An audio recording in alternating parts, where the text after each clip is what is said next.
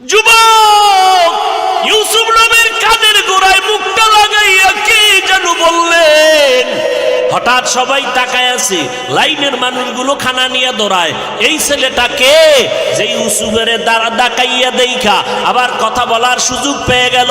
হঠাৎ সবাই নজর করে দেখি ওই যুবকের কথা কানের মধ্যে কি বলছে জানা নাই। ইউসুফের চোখ বেয়ে বেয়ে পানিগুলো পড়া শুরু হয়ে গেল।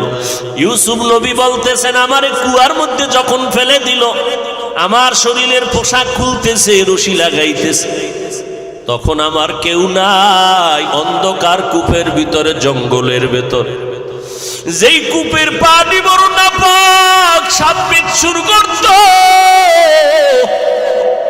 আমার ভাইয়ের আমার জামা কাপড় খুলিয়া এরপরে যখন রশিতে বেঁধে কূপের মধ্যে ফালায়, কি নিচে যাওয়ার পরে উপর দিয়ে রশিটা কেটে ফেললো। ওদিকে আবার আল্লাহ ডাক দিয়ে কয়, জিবরাইল জলদি করে যাও, জান্নাতি পোশাক আমার ইউসুফের পরায় দাও, আর ওই কূপের নাপাক পানি যেন ইউসুফের গায়ে না লাগে, একটা জান্নাতি পাথর তার পায়ের নিচে ধরে দাও। ইউসুফ নবী বলে, আমি নিচে গিয়ে একটা পাথরের উপরে দাঁড়াইলাম, জান্নাতি পোশাক গায়ে পরলাম। ওখান থেকে আমার ভাইরা চলে গেল, কিন্তু কেউ আমার খবর নেয় না। অন্ধকার কূপ, কিন্তু আল্লাহর কুদরত, আমি ইউসুফের আমার মাওলা এত সৌন্দর্য দান করছে। অন্ধকার দিয়া চলতে কোনো বাতি লাগে না, ইউসুফের চেহারায় আলোকিত হয়ে যায়। অন্ধকার খুব আলো হয়ে গেল আমার চেহারায়, কিন্তু আমারে ফালাইয়া বাইরা চলে গেল, খবর নাই। এখন আমি কেমনি উঠবো? ওখানে বসে আছি, চোখের পানি সারি, আমার বাবায় না জানি বেহুশ হয়ে গেল। কিন্তু আমার বড় ভাই মাঝে মাঝে আইসে একটু তাকায় তাকায় খবর নেয় আর কথা বলে, আমার জন্য রশি দিয়া নাস্তা দেয় আর বলে, ভাই কাঁদিস না, আমি গোপনে আসছি, ওরা যদি জানে আমারে মেরে ফেলবে। কারণ আমি বড় ভাই, সহ্য করতে পারি না ছোট ভাইয়ের কষ্ট। যত দ্বন্দ্বই থাকুক না কেন রে বাবা, ছোট ভাই বড় ভাইয়ের খবর নেয় না, জিগায় না। কিন্তু যদি বড় ভাই হঠাৎ রাত্র কাঁচা ঘুমের মধ্যে কেউ টেলিফোন করে, তোমার বাইরে চৌরাস্তা আটকাইছে, বড় ভাই ঘুম বাদ দিয়া মঞ্জুরে একটা দৌড় দেয়। বড় ভাই গিয়ে হাত বাড়ায়, কয় খবরদার,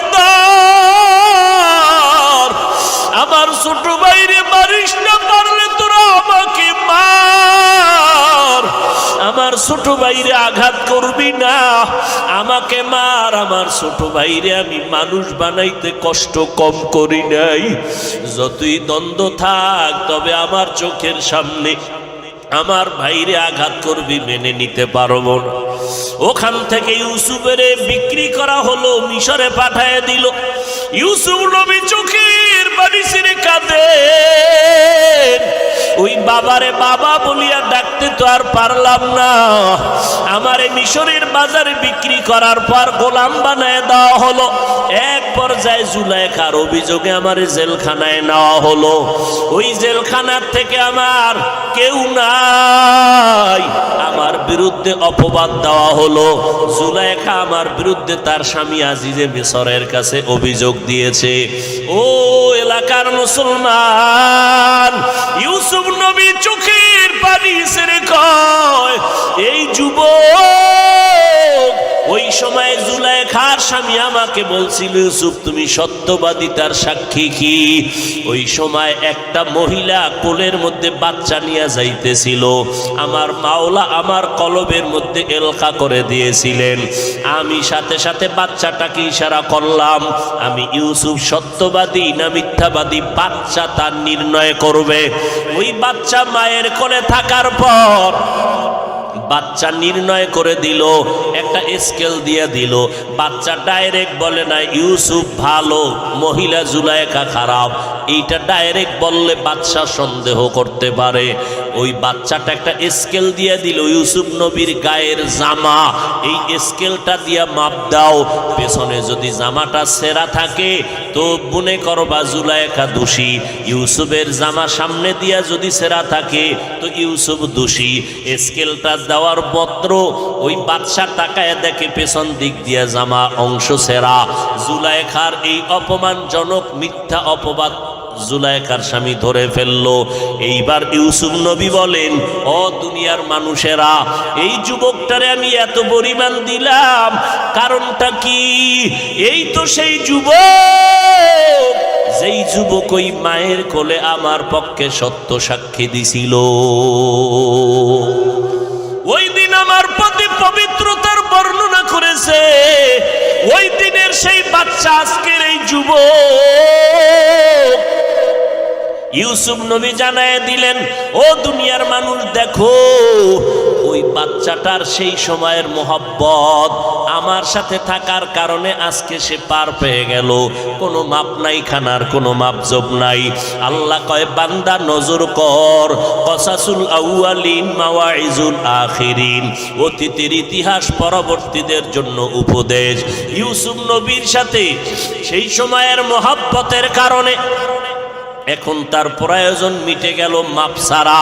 ও দুনিয়ার মানুষ, দুনিয়াতে থাকিয়া মাকে দাও, বাবাকে দাও, মায়া মোহাব্বত স্ত্রী পরিবারের দাও, কিন্তু আসল মোহাব্বতটা আমি মাওলার মধ্যে যদি সীমাবদ্ধ রাখতে পারো, ইউসুফের মোহাব্বতে যদি সময় মতো মাপ ছাড়া খানা পায়, আমি মাওলার অন্তরে তো মায়া 99 গুণ বেশি। ও বান্দা, তুমি দুনিয়াতে থাকিয়া যদি আমার মোহাব্বত নিয়ে কবরের মৌতের বিছানায় শুয়ে যাইতে পারো, আমি আল্লাহ তোমার কবর জান্নাত বানায় দিব। হাসরের ময়দানে আমি আল্লাহ তোমাকে বিনা হিসাবে জান্নাতে পাঠায় দিব। এরে নবীর উম্মতের দল, অহংকারী অন্তর থেকে ছেড়ে দাও। হযরত আলী বলেন, এলেম পাইয়া খুশি, টাকা পেয়ে খুশি না। তার কারণ, এলেমওয়ালা টাকাওয়ালার টাকা আজ আছে কাল থাকবে না, এলেমওয়ালার এলেম বিদায় হবে না। 2 নাম্বার কারণ, টাকাওয়ালার যত টাকা বাড়ে তত দুশ্মন বাড়ে, এলেমওয়ালার যত এলেম বাড়ে তত বন্ধু বাড়ে। কথা ঠিক নি? টাকাওয়ালার যত টাকা বাড়ে দুশ্মন বাড়ে, এলেমওয়ালার যত এলেম বাড়ে বন্ধু বাড়ে। ঠিক 3 নাম্বার কারণ, টাকাওয়ালার যত বয়স বাড়ে তত সকলের ঘৃণা বেড়ে যায়, আর এলেমওয়ালার যত বয়স বাড়ে সবার মোহাব্বত বাড়ে। টাকাওয়ালা বুড়া হয়ে গেছে, স্ত্রী কয় মরে না কেন, সন্তানেরা কয় মরে যাওয়া ভালো। আর এলেমওয়ালা যত বুড়া হয়ে যাক, বড় বড় আলেমরা লাইনে দাঁড়ায়, হুজুরের একটু জুতা যদি হাতে নিতে পারতাম বরকত হতো। এটা এলেমের বরকত। এই মজলিসটাও তো সে এলেমের মজলিস, এই জন্য এত দাম। খানা নাই, ঘুম নাই, এরপরও মানুষ ঠান্ডার ভিতরে দুর্বল বিছানায় বসে আছে, একমাত্র এলেমের মোহাব্বত আর বরকত। আসসালামু আলাইকুম ওয়া রাহমাতুল্লাহি ওয়া বারাকাতুহু।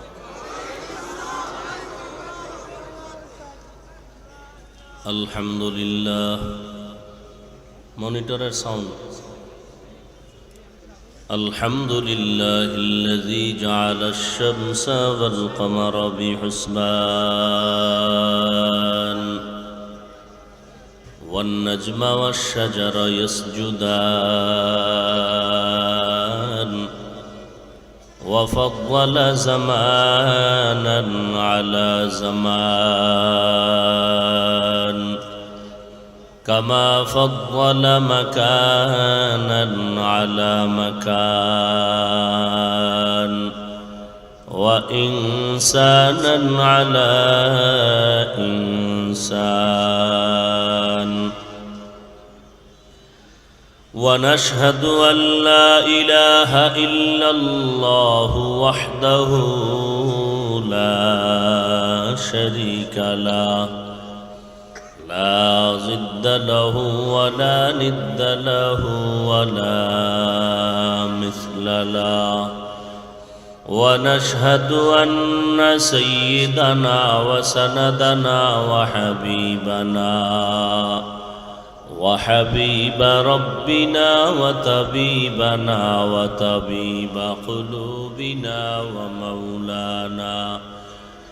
ومولانا محمدا عبده ورسوله الذي أرسله بالحق بشيرا ونذيرا وداعيا إلى الله بإذنه وسراجا منيرا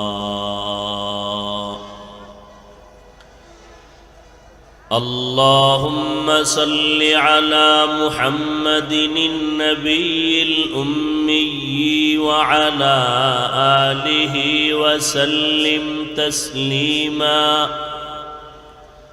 وبعد فأعوذ بالله من الشيطان الرجيم بسم الله الرحمن الرحيم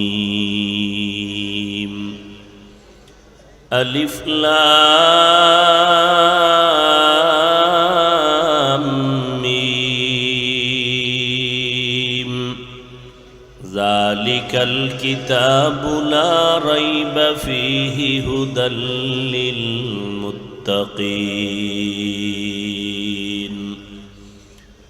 وقال النبي صلى الله عليه وآله وسلم من يرد الله به خيرا يفقهه في الدين أو كما قال النبي عليه الصلاة والسلام صدق الله مولانا العظيم وصدق رسوله النبي الأمي الكريم ونحن على ذلك من الشاهدين والشاكرين والذاكرين والحمد لله رب العالمين سبحانك لا علم لنا إلا ما علمتنا إنك أنت العليم الحكيم رب اشرح لي صدري ويسر لي أمري واحلل عقدة من لساني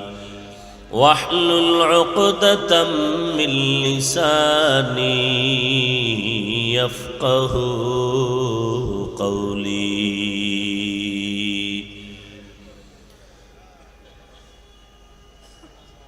باطل سے دبنے والے اے آسمان ہی ہم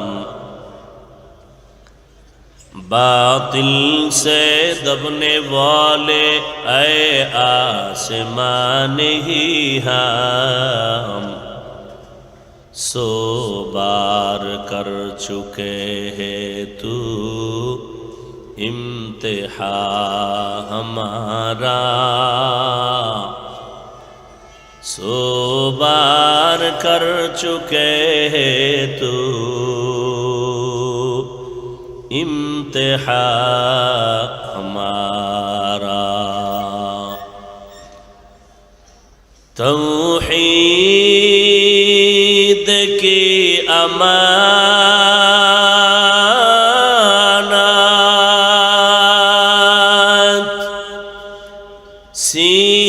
سینوں میں ہے ہمارے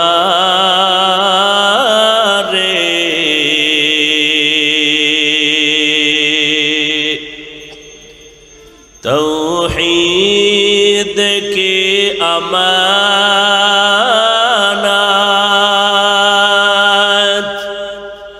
سینوں میں ہے ہمارے آسان نہیں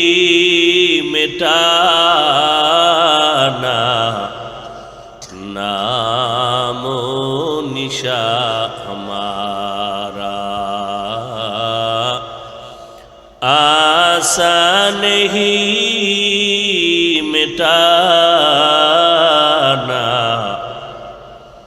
नाम निशा हमारा।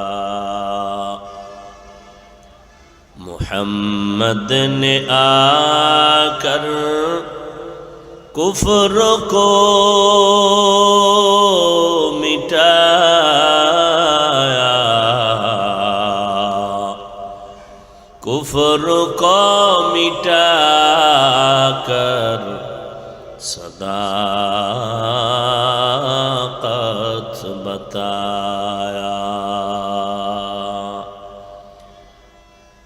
জামিয়াতুর রহমা গাজীপুরের উদ্যোগে আয়োজিত অষ্টম বার্ষিক ইসলামী মহাসম্মেলন 17 ডিসেম্বর 2022 কেন্দ্রীয় ঈদগাহ ময়দান চান্দনাথ চৌরাস্তায় আয়োজিত মহতি এই সম্মেলনে উপস্থিত মুহতারাম সম্মানিত সভাপতি আলহাজ কামরুল আহসান সরকার রাসেল সাহেব, প্রধান অতিথি আলহাজ অ্যাডভোকেট আকাম মুজাম্মেল হক এমপি মহোদয়, অন্যান্য অতিথিবৃন্দ, হযরত উলামায়ে কেরাম, এই কো দিয়েন না, রিভাব দেন, সাউন্ড দেন বক্সে, মনিটরে। আল্লাহ পাকের আশিকিন, জাকিরিন, শাকিরিন, মুহিব্বিন, মুরব্বিয়ান এজম, কলিজার টুকরা আমার সমবয়সী যুবক বন্ধুগণ, স্নেহের ছোট ভাই, পর্দার আড়ালে মা বোনেরা, আল্লাহ পাক রব্বুল আলামিনের দরবারে লাখো কোটি শুকর যে রব্বুল আলামিনে ফিতনার যুগে কোরআন ও সুন্নাহর ভিত্তিতে সহি তরিকায় কিছু কথা বলার জন্য, শুনবার জন্য হাজারো লাখো মানুষের মধ্য থেকে বাছাই করে সুন্দর বেহেশতের বাগানে আল্লাহ আমাদেরকে আসা বসার তৌফিক দান করেছেন। নেয়ামতের শুকর আদায়ার্থে মোহব্বতের সাথে পড়ি আলহামদুলিল্লাহ।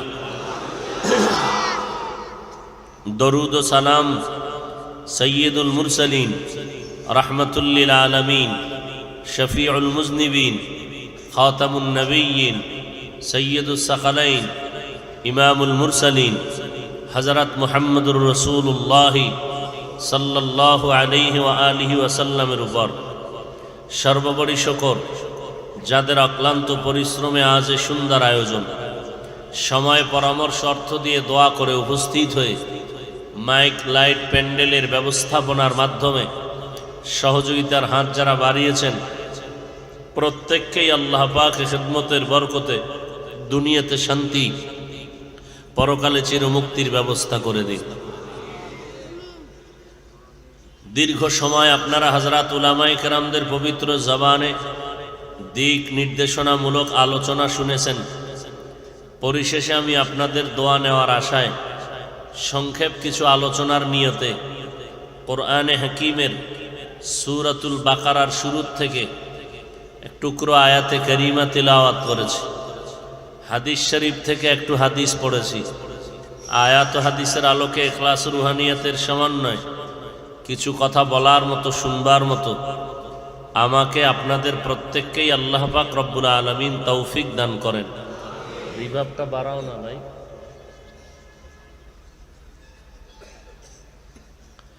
আলিফ লাম মিম, ওয়াল্লাহু আ'লামু বিমুরাদিহি, যালিকাল কিতাবু লা রাইবা ফি।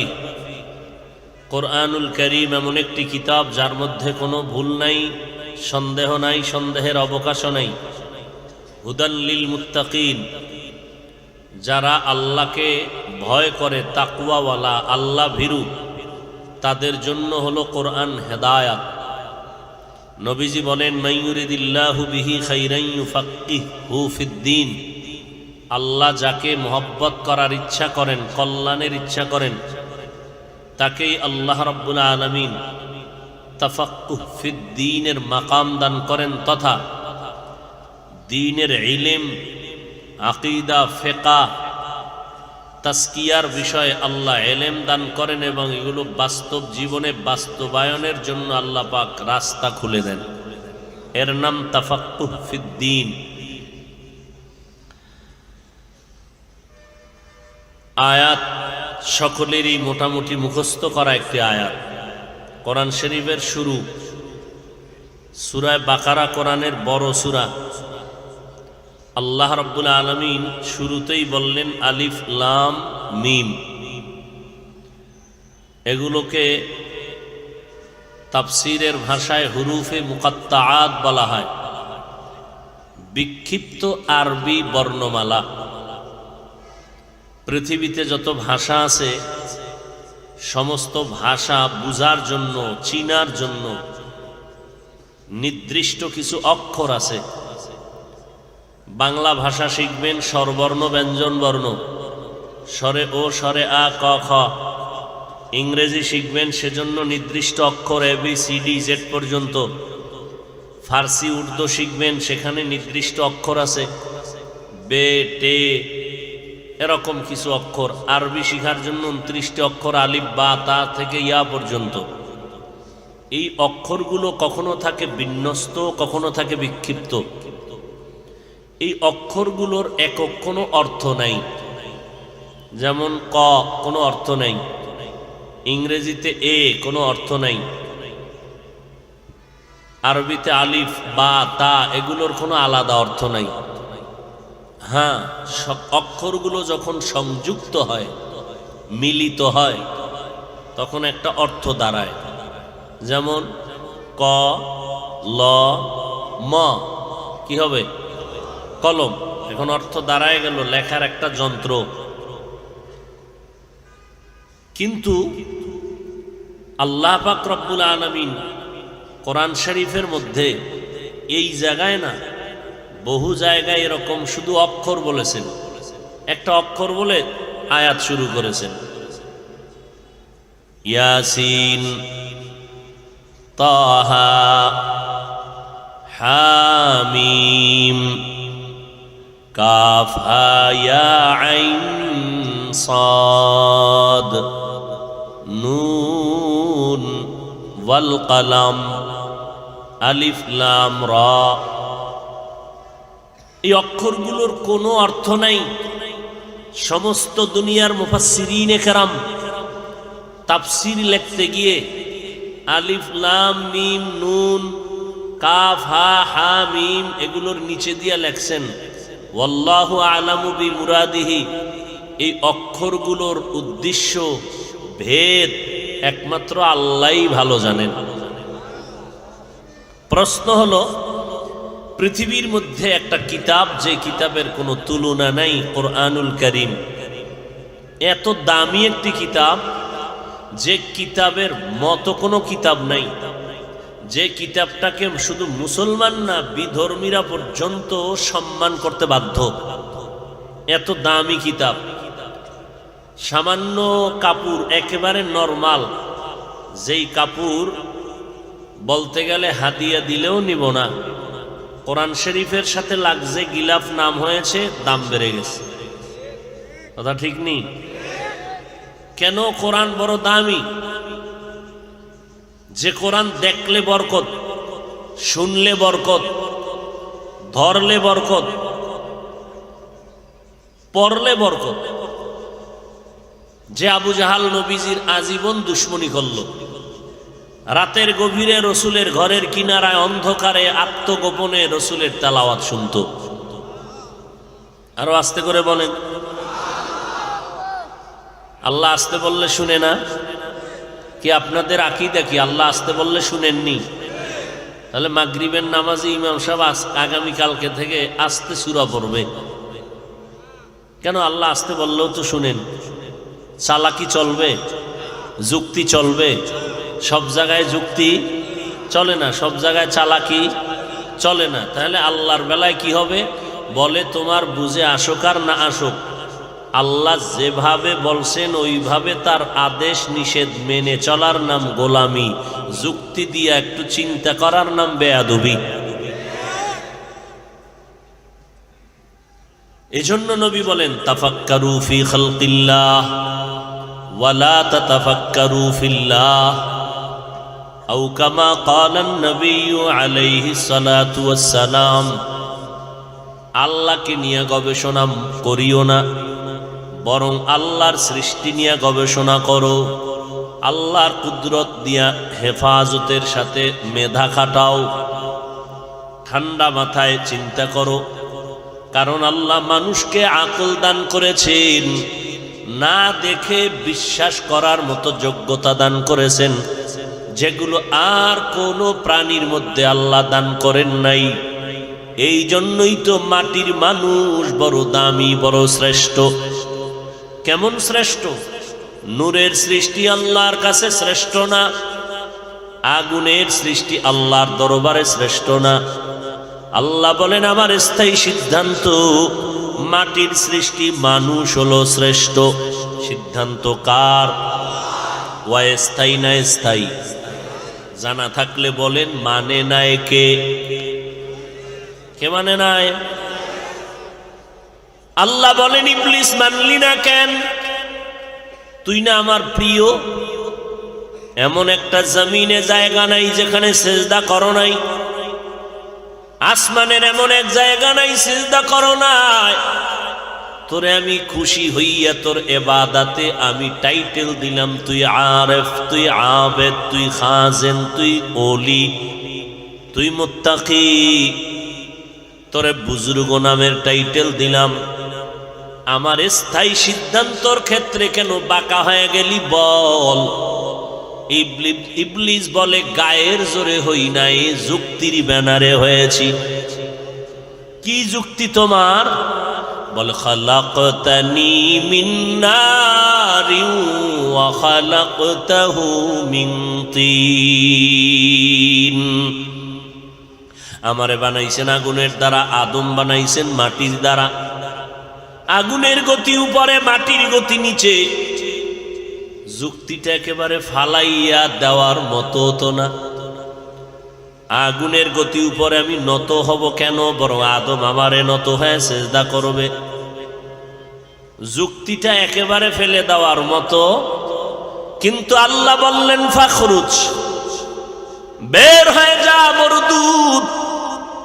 কারণ তোর যুক্তি যদিও লাইন মতো থাকে, তবে মালিকের কথার উপরে যুক্তি দেওয়া চূড়ান্ত বেঈমানি। মালিকের কথা গোলাম মেনে নিবে, বুঝে আসুক আর না আসুক। এজন্য আল্লাহ বলেন আলিফ লাম মিম। এই অক্ষরগুলো দিলাম আমি কোরআনে, এমন দামি কোরআন যে কোরআন দেখলে সওয়াব।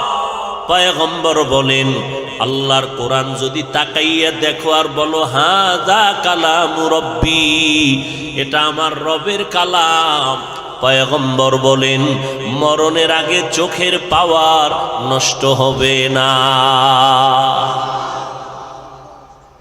কেমন দামি একটা কোরআন। আপনাদের গাজীপুর এলাকায় এই চৌরাস্তা চান্দনায় বিল্ডিং এর অভাব আসেনি? কথা বলেন না কেন? কিন্তু আল্লাহর কসম, একটা বিল্ডিং এরও এই পরিমাণ দাম নাই। কোরআনওয়ালা, রসুলের আদর্শওয়ালা জামিয়াতুর রহমান নামের বিল্ডিং এর যেই পরিমাণ দাম। এত দাম কেন? কোরআনের কারণে। এই চেয়ার এত দামি, কয় মোটেও দাম নাই, কেউ পা উঠাইয়া বসবে, কেউ কিছু মনে করবে না। কিন্তু নরমাল একটা কাঠ কোরআনের সাথে লাগায় দাও, রেহাল নাম দিয়ে দাও, দাম বেড়ে যায়। এখন বিনা উজুতে কেউ লাগায় না, ধরে না। একটা কোরআনের কাছে নরমাল কাপড় লাগলে যদি সম্মান বাড়ে, একটা কাঠ লাগলে যদি সম্মান বাড়ে, একটা ঘরের মধ্যে কোরআন থাকলে যদি সম্মান বাড়ে, আমি বান্দার মধ্যে যখন কোরআন আসবে আমার সম্মান কেন বাড়বে না? এজন্যই মানুষ বড় দামি। আল্লাহ তাআলা এই দামি কোরআন, এমন দামি কোরআনে অর্থহীন অক্ষর কেন দিলেন? এত দামি কিতাব আল্লাহ পাক রব্বুল আলামিন এমন একটা দামি কিতাবের মধ্যে যেই অক্ষরের কোনো অর্থ নাই, এর এক নাম্বার জবাব, সারা দুনিয়ার মুমিনের ঈমানটাকে আল্লাহ পরীক্ষা করার জন্য দিয়েছেন। এ মুমিনেরা, আমার কথা বুঝলে মানবি নাকি না বুঝলেও মানবি? যদি কোনো মুমিন বলে আমার মালিকের কথা আমি বুঝলেও মানি না বুঝলেও মানি, তোমার ঈমানটা বড় তাজা। আর যদি কেউ বলে আল্লাহর কথা বুঝলে মানি না বুঝলে মানি না, তুমি যত বড় পাগড়িওয়ালা হও তুমি তাজা বেঈমান। কি বুঝলাম? যারা বলবে কোরআনের অর্থ না জেনে পড়লে লাভ নাই, তাদেরকে চিহ্নিত করে নাও, এরা ইসলামের ব্যানারওয়ালা নিকৃষ্ট ভণ্ড। আসতে বলেন কেন? মুসলমানের একটা আওয়াজ ভণ্ডদের জন্য একটা ঘূর্ণিঝড়ের মতো আতঙ্ক। মুসলমানের টাকা নাই, পয়সা নাই, বাড়ি নেই, গাড়ি নেই, অস্ত্র নাই, এরপরেও অস্ত্রওয়ালারা কেন ভয় পায়? টাকাওয়ালারা কেন ভয় পায়? মুসলমান ফকির, এরপরেও কেন ধনীরা ভয় পায়? মুসলমান টাকা পয়সা নাই, এরপরও কেন ভয় পায়? এর একটাই মাত্র কারণ, মুসলমান কল্লা দিতে জানে, কোন বেঈমানের কাছে মাথা নত করতে জানে না। মুসলমানি বুয়াদ গর্দন নেহাদান, এনানে খুদ বদস্তে খাজাদাদান, গর্ব সুরত আদমি ইনসাফ দে, আহমদ বু জাহলো হম এক সাবুদি। আল্লাহর কোরআন বুঝলে মানবা নাকি না বুঝলেও মানবা? যদি বলো না বুঝলেও মানি, তোমার ঈমান তাজা। যদি বলো কোরআন বুঝিয়া পড়বো না বুঝিয়া পড়বো না, মানবো না, তুমি যত বড় টাইটেল ওয়ালা হও তোমার ঈমান দুর্বল। আল্লাহ মুমিনের ঈমান যাচাই করতে চাইলেন। 2 নম্বর প্রশ্নের জবাব, সারা দুনিয়াতে আমি আমি আমি আমি ভাব নিয়ে যারা চলে, আল্লাহ আলিফ লাম মিম দিয়া তাদের জবাই করে দিলেন। অহংকারের মুখের মধ্যে ধুলা মেরে দিলেন। এই অহংকারী, আমার মতো বক্তা বাংলাদেশে কেউ নাই, আমার মতো বড় মুফতি কেউ নাই, আমার মতো বড় আল্লামা কেউ নাই, আমার মতো বড় প্রিন্সিপাল কেউ নাই, আমার মতো বড় জাননেওয়ালা কেউ নাই। আল্লাহ কয় কোরআন শরীফের মধ্যে তুই যখন ঢুকবি, এতই জানো, এত জানো, এত তোমার এলেমের গরম, এত তোমার জানার গরম। তোমার গরম যদি এতই তোমার জানার গরম থাকে, কত পরিমাণ তোমার জানার গরম আছে একটু গরমটা দিয়া বুঝায় দাও আলিফ লাম মিমের অর্থ কি। সব অহংকারীরা দরজায় গিয়েই আটকায় গেছে, ভিতরে গেলে উপায় কি? আল্লাহ কয় আমার কোরআনে ঢুকতেই মাথা নত কর, তোর যত এলেমের বাহাদুরি সব পেছনে ফেলে মাথা নত করে ভিতরে ঢুক। না ভিতরে ঢুকতেও পারবি না, ঢুকলেও কিছু পাবি না। আলিফ লাম মিম দিয়া অহংকারীদের অহংকারকে জবাই করে দিলেন। তুমি কি জানো, কি জানো? এত কিছু জানো তো আলিফ লাম মিমের ব্যাখ্যা করো। সমস্ত মুফাসসিরিনে কেরাম লেখলেন আল্লাহ ভালো জানেন, আমরা জানি না। এত তাফসীর কারকরা তাফসীর লেখলেন, সবাই লেখিয়া শেষ পর্যায়ে বললেন কোরআন মহা এক সমুদ্রের ইলম, আমি ভিতরে গিয়া সামান্য পেয়েছি, যতটুকু আমি পেয়েছি অতটুকুই লিখলাম, আমার জানার বাইরে এখনো অনেক অনেক ইলম বাকি আছে। 250 গ্রাম কোরআন ওজনটা, কিন্তু হাকিকতের ওজন কত? নজরে দেখি কোরআন শরীফ 250 গ্রাম হবে না, কিন্তু হাকিকতের ওজনটা কত? বলে কোরআনের এত পরিমাণ ওজন সারা দুনিয়ার মানুষ নিতে পারে না।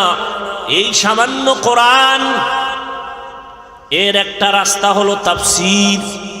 ওই লাইনে এত পরিমাণ তাফসীর লেখা হয়েছে, কেউ যদি অধ্যয়ন করে কিয়ামত পর্যন্ত শেষ করতে পারবে না।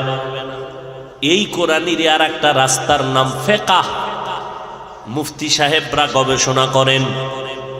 এই লাইনে যেই পরিমাণ গবেষণামূলক কিতাব লেখা হয়েছে, 1000 বছর যদি এগুলো অধ্যয়ন করে বসে বসে, হায়াত শেষ হবে, কিনারায় যেতে পারবে না। এটা এক মহা সমুদ্র এলেমের নাম। এই কোরআনের আর একটা রাস্তা হলো আরবি গ্রামার, এলমে নাহবু। এই লাইনে যেই পরিমাণ কিতাব, দৌড়াইতে থাকবা মেধা দিয়া, কিনারায় যেতে পারবে না, হায়াত শেষ। কোরআনের আর একটা রাস্তা আছে দর্শন, মান্তেকের লাইন। এই বিষয়ে যেই পরিমাণ কিতাব লেখা হয়েছে, দার্শনিকগণ লিখেছেন, 1000 বছর তুমি দৌড়াও মেধা দিয়া, কিনারায় যেতে পারবা না। এই দার্শনিকদের মধ্যে জগৎ বিখ্যাত একজন দার্শনিক ইমাম গজালি রহমাতুল্লাহ আলাইহি। এই সব এলেমের মূল গোডাউন আমার নবী। কে? আপনার আমার মায়ার নবী বলেন, আল্লাহ আমারে কি পরিমাণ এলেম দান করেছেন। উতিতু ইলমাল আউয়ালিন আল আখিরিন। আউয়াল আখিরের এলেম আল্লাহ আমারে দিয়ে দিলেন। আদম নবী থেকে ঈসা নবী পর্যন্ত সব এলেম আমি আল্লাহ মুহাম্মদের দান করেছেন। আল্লাহ কয়, নবী কি পরিমাণ দিলাম? আপনি মনে করেন অনেক অনেক দিলাম। আমি মাওলা জানি কি পরিমাণ আপনাকে দিয়েছি। একজনে আমার কাছে কয়, ভাইজান আমারে 2000 টাকা দেন। আমার পকেটে টাকার বান্ডিল আছে 5 লাখ টাকা। আমি সেখান থেকে দিলাম 5000। লোকটা খুশি না বেজার? কম পাইছে না বেশি? চিল্লায় কয়, অনেক পেয়েছি, অনেক। আমি জানি তোমার কি পরিমাণ আমি দিয়েছি। আমার পকেটের টাকার তুলনায় তোমারে সামান্য দিয়েছি। আল্লাহ কয়, নবী দুনিয়ার লাইনে আপনি দেখেন অনেক কিছু পেয়েছেন, আমি মাওলার কুদরতের এলেম থেকে আমি সামান্য দিলাম। মা উতিতুম মিনাল ইলমি ইল্লা কলিলা। আমি আপনাকে সামান্যতম এলেম দান করেছি, বাকি এলেম আমার কুদরতের কাছে জমা রেখেছি। এই এলেম আমি মাঝে মাঝে আমার কলিজার বান্দাদেরকে দান করব। মাঝে মাঝে আমি এলেমের দরজা দিয়া আমি আমার আদরের বান্দার সিনার মধ্যে এলেমের নূর ঢুকায় দিব। আল্লাহ পাকের নবীকে আল্লাহ শিখায় দেয়। এই জন্য সবসময় আমার কাছে এলেম চাইবেন আর বলবেন, রব্বি জিদনি ইলমা, রব্বি জিদনি ইলমা, রব্বি জিদনি ইলমা। ও রব আমার এলেম বাড়ায় দাও। 10 বছর বয়স, পয়গম্বরের সাহাবী এবং জামাতা চাচাতো ভাই হযরত আলী 10 বছরে নবীর হাতে কালেমার দাওয়াত কবুল করেছেন। হযরত আলীর জন্য নবী কলিজা দিয়া দোয়া করলেন, আমার আল্লাহ আলীকে এলেমের দরজা দিয়া এলেমের নূর সিনায় দান করলেন। কেমন এলেম আল্লাহ দান করেছেন। হযরত আলী আমার মালিকের দরবারে শুকর আদায় করে নবী বলেন, আনা দারুল হিকমা ওয়া আলিউন বাবুহা। আমি মুহাম্মদ হলাম হিকমতের ঘর, আর এই ইলমের ঘরের দরওয়াজা হলো আমার সাহাবী আলী। ইলমে রা'জাজু করদান বেহিসাব, খলকে রাদাদান জওয়াবে বাসাওয়া। ইলম পাইয়া আলী খুশি। কি খুশি? হযরত আলী বলে, ও মালিক, দুনিয়ার সম্মানের চেয়ারে বসার জন্য 2 পুঁজির একটা লাগে। একটা হলেই সম্মানের চেয়ার পায়। হয়তো লাগবে শিক্ষাগত যোগ্যতা, না হয় লাগবে টাকা।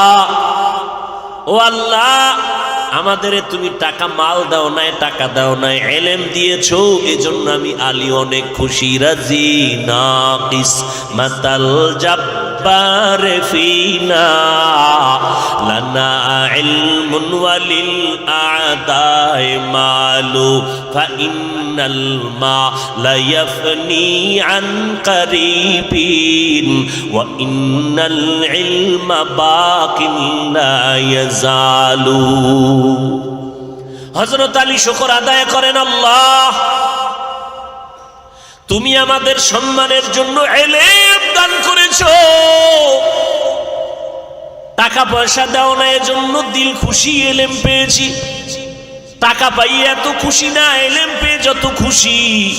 কারণ টাকাওয়ালার টাকা আজ আছে কাল থাকবে না, এলেমওয়ালার এলেম সিনায় ঢুকবে কখনো বিদায় হবে না।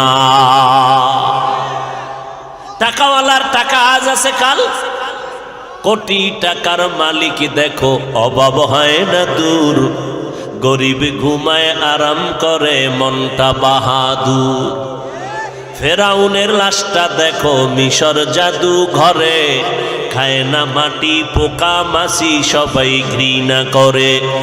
হৃদয় থাকিবে যার নম্রতা সদা, রহমত আসিবে সেথা প্রভুর ওয়াদা। বড়র বড়াই থাকলে দিলে রহমত আসবে না, নিজেকে নিজে ছোট মনে করিও সদা। উঁচু জমিন থেকে পানি নিচু জমিনে যায়, তেমনি খোদার রহমত আসে নম্রতার হৃদয়। ভোগবিলাসের বাড়ি গাড়ি পরে রবে সব, ভোগবিলাসের বাড়ি গাড়ি পরে রবে সব। থাকতে সময় স্মরণ করো আল্লাহ আমার রবকে, আমাদের রব। ইন্নাল্লাযীনা ক্বালু ربنا الله ثم استقاموا فلا خوف عليهم ولا هم يحزنون। আল্লাহ বলেন যারা স্বীকার করে আমি তাদের রব, আমাদের রবকে। আর জোরে বলেন রব্বি আল্লাহ লা ইলাহা গায়রুহু ওয়া নবিহি মুহাম্মদ মুস্তাফাহু দীনিয়াল ইসলাম দীনু মাওকাহু আরজু কুফরানান আফওয়ান ইনদাহু। আমার রবকে যারা আমারে রব বলিয়া স্বীকার করবা, দুনিয়ায় কোনো পেরেশানি নাই, আখিরাতেও কোনো ভয় নাই।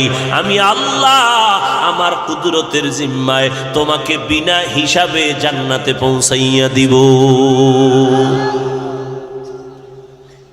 আল্লাহকে রব বলে মানরে বাবা। হযরত আলী বলেন আমরা ইলম পেয়ে খুশি, টাকা পেয়ে খুশি না। তার এক কারণ, টাকাওয়ালার টাকা আজ আছে কাল থাকবে না, এলেমওয়ালার এলেম সিনায় ঢুকবে কখনো বিদায় হবে। তবে ছাত্র যারা তাদেরকে একটু বলে রাখবো, এলেম কখনো সিনায় ঢুকলে বিদায় হয় না, হয় না, হয় না, এটাই বাস্তব। তবে সাবধান, মাঝে মাঝে এলেমটাও সিনার থেকে বিদায় হয়ে যায়, মাঝে মাঝে এলেমটাও বিদায় হয় মাঝে মাঝে। কখন? যদি এলেমের সাথে কেউ বেয়াদবি করে অথবা এলেম। উলামা পয়গম্বর বলেন উলামা দুই দল, এক দল হক আর এক দল বাতিল। একদল ওলামা এত খারাপ, এদের থেকে খারাপ জমিনে আর কেউ হবে না। আবার ওলামাদের মধ্যে একদল ভালো, এদের মতো ভালো জমিনে কেউ হবে না। নবী খারাপ কেন বললেন ওলামায়ে কেরামের একটা দলকে? একটা কারণ হলো কি জানি কয় না, ভাত নষ্ট হলেও খাওয়ার রাস্তা আছে না নেই? কথা কন না কেন? বিরিয়ানি যদি নষ্ট হয় খাওয়ার পথ আসেনি? নাই।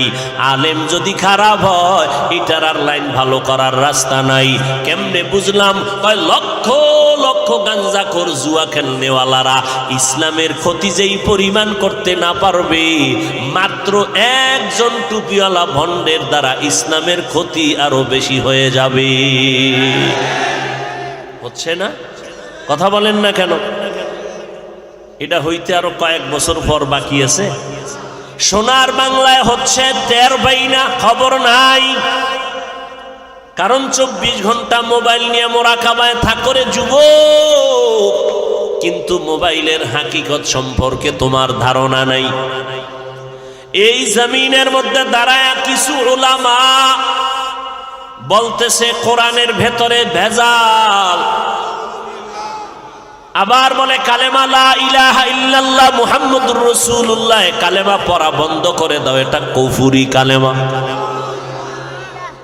নাউজুবিল্লাহ, একটু আস্তে বলেন, কারণ আপনার হুজুরে বললে। এই যুবক, তোমার বক্তা সাহেব যদি বলে তো নাউজুবিল্লাহ একটু চিন্তা করে বলা উচিত। তবে রেজাল্ট শুনে নাও। কোরআনে জাল আছে কালেমা কুফরি বলার কারণে। তোমার বক্তা যেমন বেঈমান, তুমি ভক্ত হইয়া যদি চুপ থাকিয়া প্রতিবাদ না করো, তুমি চুপ থাকার কারণেও তুমি বেঈমান। আল্লাহ হেদায়াত দান করুন। যুবকেরা আল্লাহকে সাক্ষী রেখে বল, কোরআনে ভেজাল আছে, কথা মানো। কালেমা কুফরি মানো।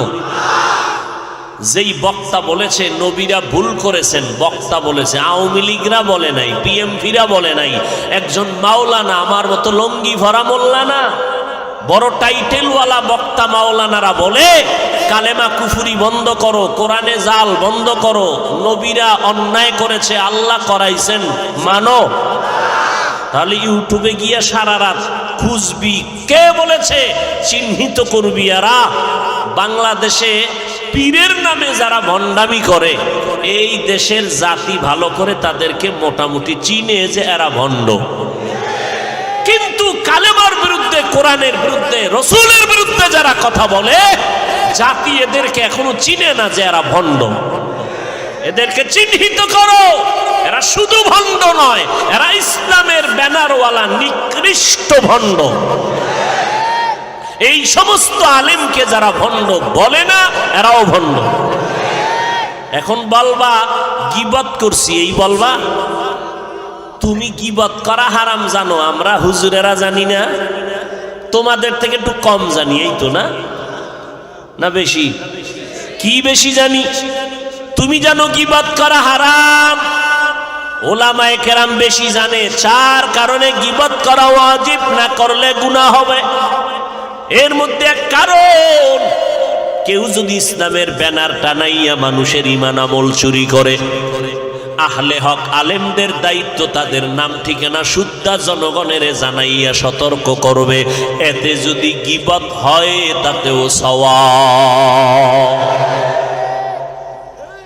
আল্লাহ বুঝার তৌফিক দান করেন। আরে আমার নবীর বিরুদ্ধে ওমরে ফারুকের মতো সাহাবীকে বলে মাওলানা সাহেব ভণ্ড। কোন দেশে আছেন? ওমরে ফারুক ভণ্ড?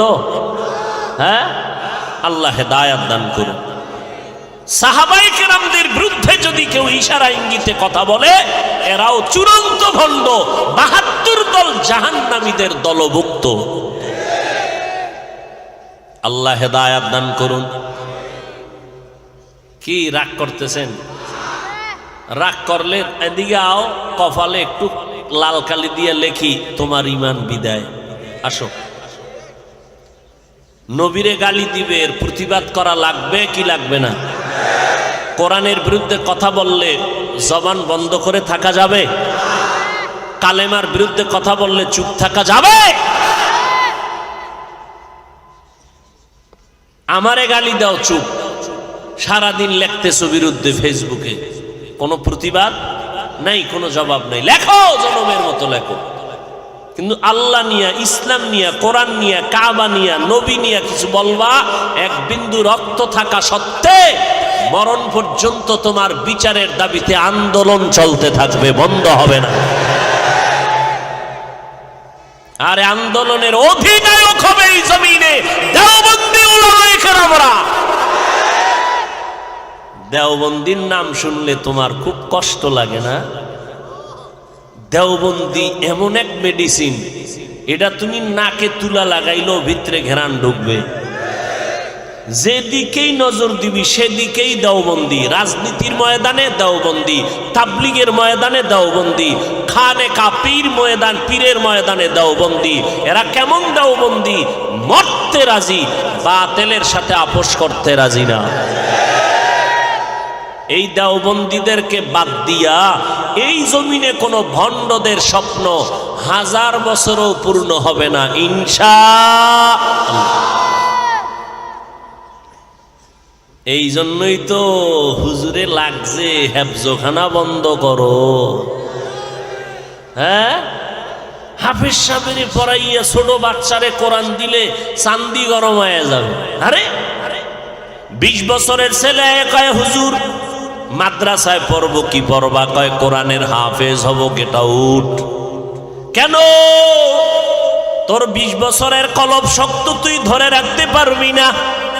আবার ভেতরে ঢুকাইলেও তুই রাখতে পারবি না, ভুলে যাবি। তো কেমনে কোরআনটা সিনায় রাখবো? কয় তোর ভাই আসেনি? কয় আছে। বয়স কত? 8 বছর। পাঠা 8 বছরের সন্তানটাকে মাদ্রাসায় পাঠাও। আল্লাহর কুদরত। 20 বছরের ছেলেটা কোরআন সিনায় জমা রাখতে পারে না, 8 বছরের সন্তানটা হেফজখানায় যাওয়ার পর এই বাংলার জমিনে হাজারো প্রমাণ আছে, মাত্র 6 মাসে কোরআনের হাফেজ হয়ে গেছে। এবার আমাকে বলেন, 20 বছরের সিনায় কোরআন থাকে না, 8 বছরের বাচ্চার সিনায় 30 পারা কোরআন জমা রাখছেন কে? বুঝা কন? আল্লাহ রাখলে আপনার আপত্তি কেন? হ্যাঁ, আল্লাহ হেদায়াত দান করুন। বান্দার আপত্তিতে আল্লাহর কিছু আসেও না। বান্দা তো আপত্তি করছে, ইব্রাহিম নামের বান্দা জন্ম নিতে পারবে না, পাইলেই জবাই। আল্লাহ কয় আমার সিদ্ধান্ত, আমি ইব্রাহিমের পাঠাবোই না, তোর নাকের ডগায় পাঠাবো। সিদ্ধান্ত কাটটা থাকলো আমার আল্লাহর। আল্লাহর বান্দা সিদ্ধান্ত নিল মুসা নামের কোন বান্দা জমিনে আসতে দেওয়া হবে না। মাথা গরম। আল্লাহ সিদ্ধান্ত নিলেন আমি মুসারে পাঠাবো তোর ঘরে, তোর টাকায় লালন পালন করাইয়া বড় বানাবো, তোর গালে চর মারাইয়া তোরে সাইজ করাবো। কাটটা থাকলো। ব্রিটিশ বেঈমানেরা সিদ্ধান্ত নিল ভারতের জমিনে কোরআনের আওয়াজ চলবে না, বন্ধ করো, মাদ্রাসায় তালা লাগাও, আলেমরে জবাই করো, ফাঁসি দাও। শুরু হয়ে গেল 14,000 আলেম এদের ফাঁসির মঞ্চে ঝুলাইলো, গাছে গাছে লাশ টানাইলো, মাদ্রাসা বন্ধ করে দিল।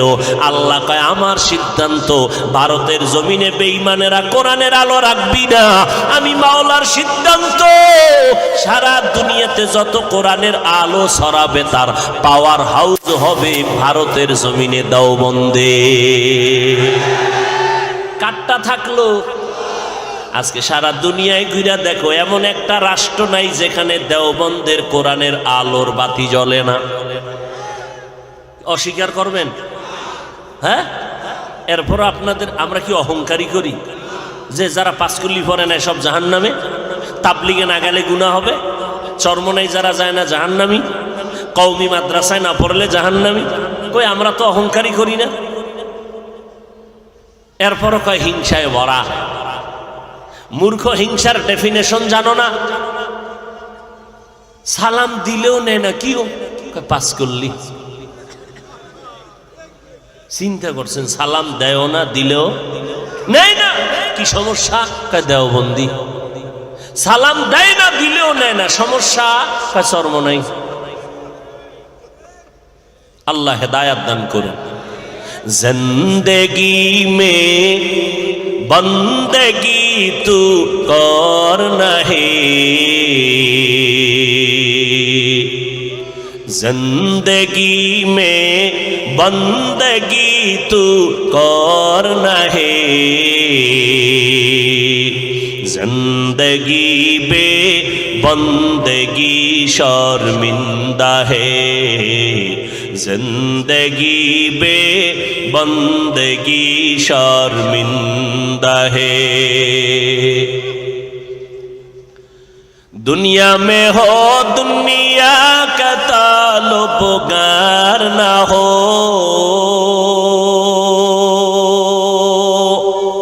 बाजार से गुजर हो खरीदार ना हो। दुनिया में हो दुनिया का ताल्लुक़गार ना हो,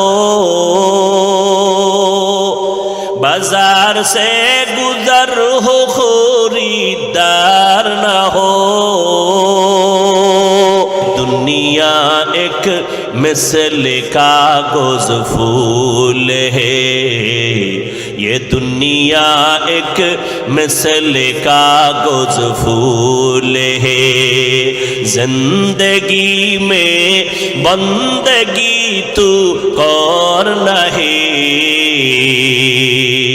जिंदगी में बंदगी तू कर नहीं। जिंदगी बे बंदगी शर्मिंदा है, जिंदगी बे बंदगी शर्मिंदा है।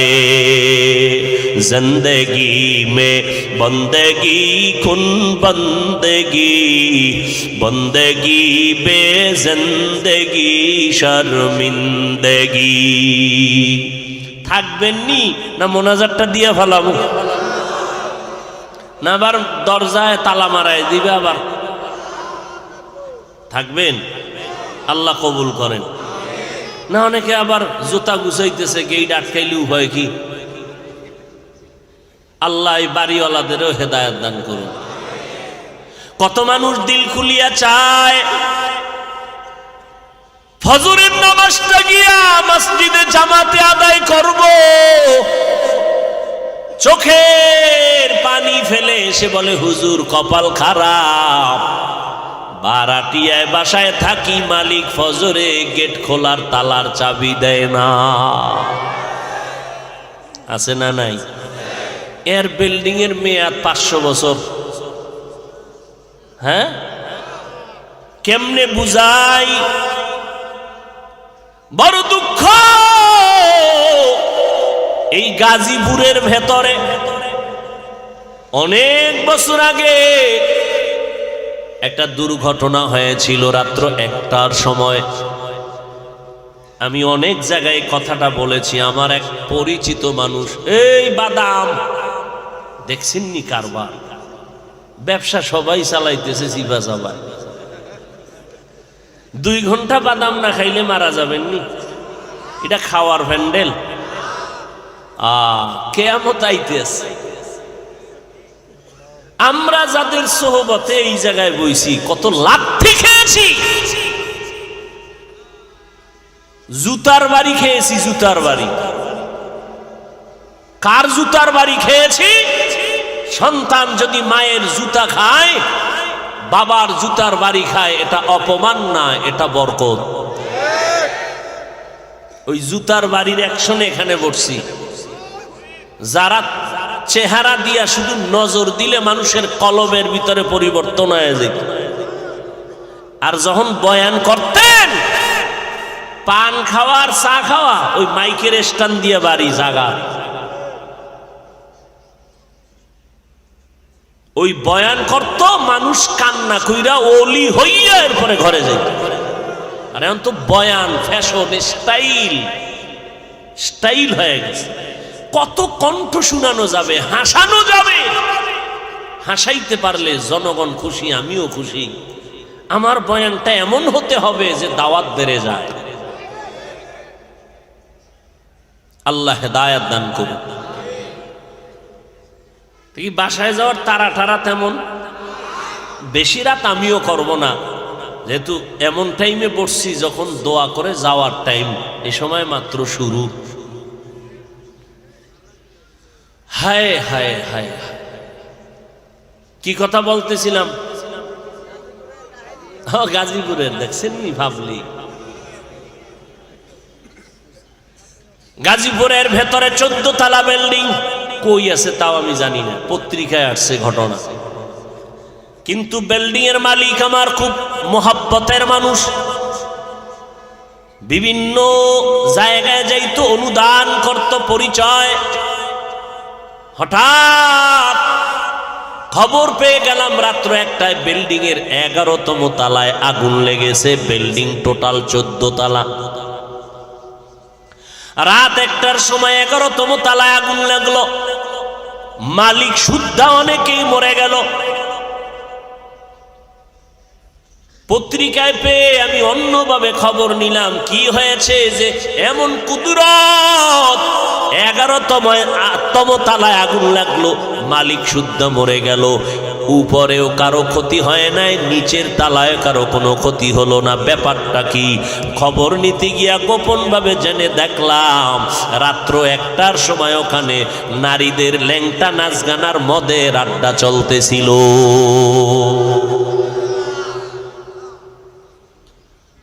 এই জন্য উচিত তো প্রত্যেক বিল্ডিংওয়ালা এমন একজন ভাড়াটিয়া থাকবে, যেই ভাড়াটিয়া আমার মাওলাকে বেজার করবে না, কোরআন পড়বে। ওই বিল্ডিং এর মেয়াদ যদি শেষ হয়, আমার মাওলা মেয়াদ বাড়ায় রাখবেন কুদরতের ফেরেশতার মাধ্যমে। হেফাজতের মালিক কে? কোটিপতি ব্যক্তি, জাহাজ যায় মাল সহ সমুদ্রের ভেতরে, হঠাৎ জাহাজ ডুবে গেছে। মালিকের কয়, স্যার আপনার জাহাজ ডুবে গেছে সমুদ্রের ভেতরে। কয়, আল্লাহর কসম ডুবে নাই। আপনি দেখছেন নি? কয়, দেখি নাই। আপনি কসম খাইলেন, সাহস তো কম না। হ্যাঁ সাহস, আমারটা ডুবে নাই। খবর নিয়ে দেখো। 100 মাইল দূরে গিয়া খবর নিয়ে দেখলো অন্য জাহাজ ডুবছে, তারটা ডুবে নাই। এবার কয়, স্যার আপনারটা ডুবলো না, কসম খাইয়া গ্যারান্টি দিলেন কিভাবে? আমার নবীর কথা, যারা মালের যাকাত ঠিক মতো দিবা তাদের ক্ষতি হবে না। বড় বড় বড় বড় আগুন কেন, বিপদ কেন, কিডনি যায় কেন? কয়, মাদ্রাসায় 1 লাখ দিবেন নি? কয়, হ্যাঁ তো সম্ভব না। আল্লাহ কয়, এদিকে দিবি না, অন্য দিকটা নিয়ে যাবো, তোর কিডনি ড্যামেজ করে দিলাম। এইবার বল কত কোটি টাকা তুই হসপিটালে দিবি? এদিকে দিবি না, এবার ওদিকে দে। মাওলার সাথে চালাকি। ওয়ামাকারু ওয়ামাকারাল্লাহ ওয়াল্লাহু খায়রুল মাকিরিন।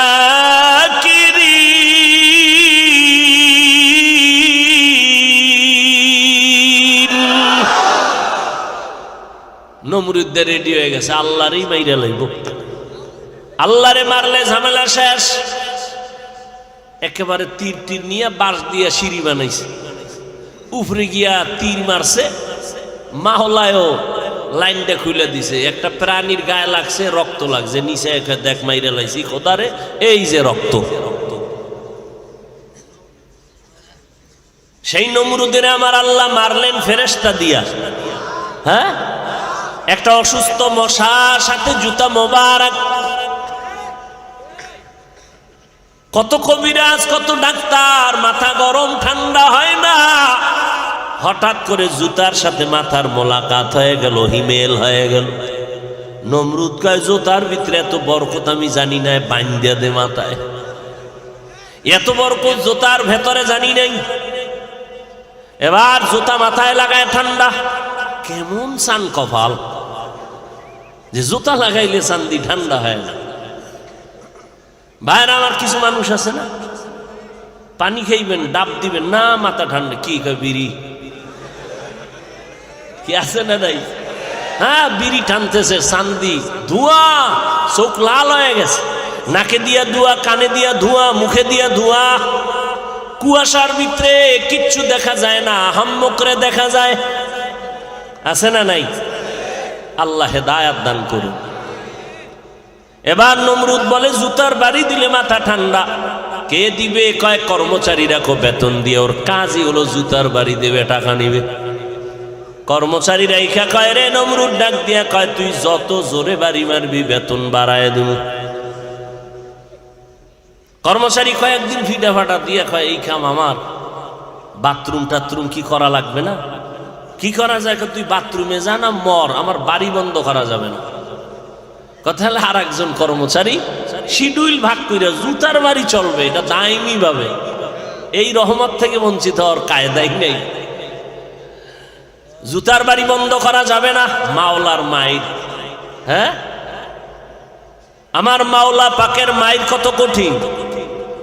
টাকা দিবি না মাদ্রাসায়, হঠাৎ দেখবি ঘরে আগুন, দোকানে আগুন, ডাকাতি। নাই নাই নাই নাই নাই, আল্লাহ কয় তোরে নাই বানায় দিলাম। আবার এই লাইনে বহু আল্লাহর বান্দা আছে, আমরা তাদের ভালো করে জানি চিনি, কষ্ট করিয়া ব্যবসা করে, অর্থ ও মন অনুযায়ী সাধ্য মতো দান করে, যখনই চায় হুজুর আমি দিলাম 50। এই জন্য দেখা যায় করোনার ভেতরে চাকরিওয়ালার চাকরি নাই, ব্যবসায়ীর ব্যবসা নাই, একটা মাদ্রাসাও বন্ধ হয় নাই। কার কুদরত? আমার মাওলার।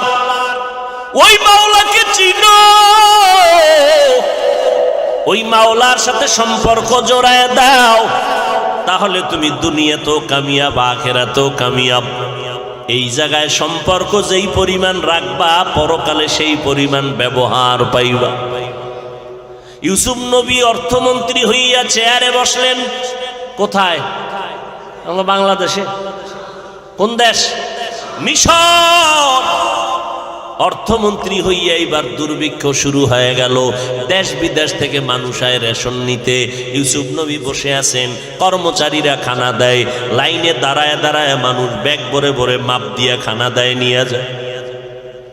হঠাৎ ইউসুফ নবী তাকায় দেখলেন একটা যুবক, ওর হাতে কোনো ব্যাগ নাই, ও দাঁড়ায় দাঁড়ায় শুধু ইউসুফ নবীর চেহারাটা দেখতেছে। লাইনে দাঁড়ানো একজন একজন আসতেছে, ও কাছে আসতেছে, তবে ওর নজরটা খানার দিকে না, ওর নজর ইউসুফের দিকে। শানি দাকে বুয়াদমানন্দ দিদা শুনি দাকে বুয়াদমানন্দ দিদা তোরা দিদা ওয়া ইউসুফরা শুনিদা। ইউসুফ রে যে দেখছে আর যে শুনছে সমান নি, কোনদিন সমান না। যুবকটা লাইনে আসতে আসতে যখন নাম ডাক পড়লো, তার সিরিয়াল সামনে কেউ নাই। এবার যুবক কিছু নিবানি, কয় না ব্যাগ কই? কয় ব্যাগ নাই।